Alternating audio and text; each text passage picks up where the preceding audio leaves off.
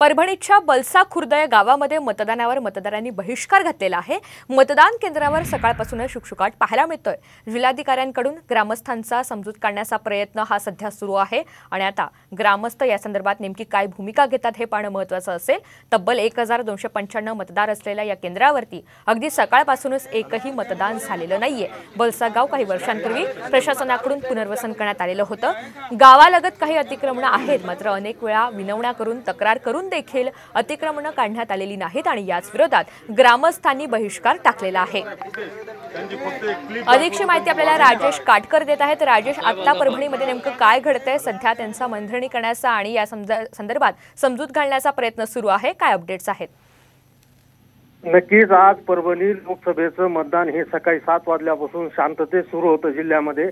पण परभणीत घेतलं एक असं गाव आहे बलसा खुर्द, जिथं 1200-1250 मध्ये पण सकाळपासून आता 4 तास झाले एकही मतदान झालेलं नाही। याचा असं आहे की बलसा खुर्द हे गाव मराठवाडा कृषी विद्यापीठामध्ये होतं आणि त्याच्यानंतर ते पुनर्वसित झालं इकडं दुसरीकडं। तर जिथं पुनर्वसित झालं तिथे 1000 ते 1500 स्क्वेअर फुटाचा एक भूखंड आहे की तो बाकीचे जे लोक आहेत इतर लोकांनी त्या भूखंडावर कब्जा केलेला आहे आणि या ग्रामस्थांची मागणी आहे अशी आहे की हे लोक गुंड प्रवृत्तीचे आहेत आणि या गुंड प्रवृत्तीच्या लोकांना इथून काढून टाकावे असं वेळोवेळी प्रशासनाला यांनी निवेदन दिले, पण प्रशासनानं अद्यापपर्यंत कोणतीही दखल घेतली नसल्यामुळं आज ग्रामस्थांनी मतदान न करण्याचा पवित्रा घेतला आहे।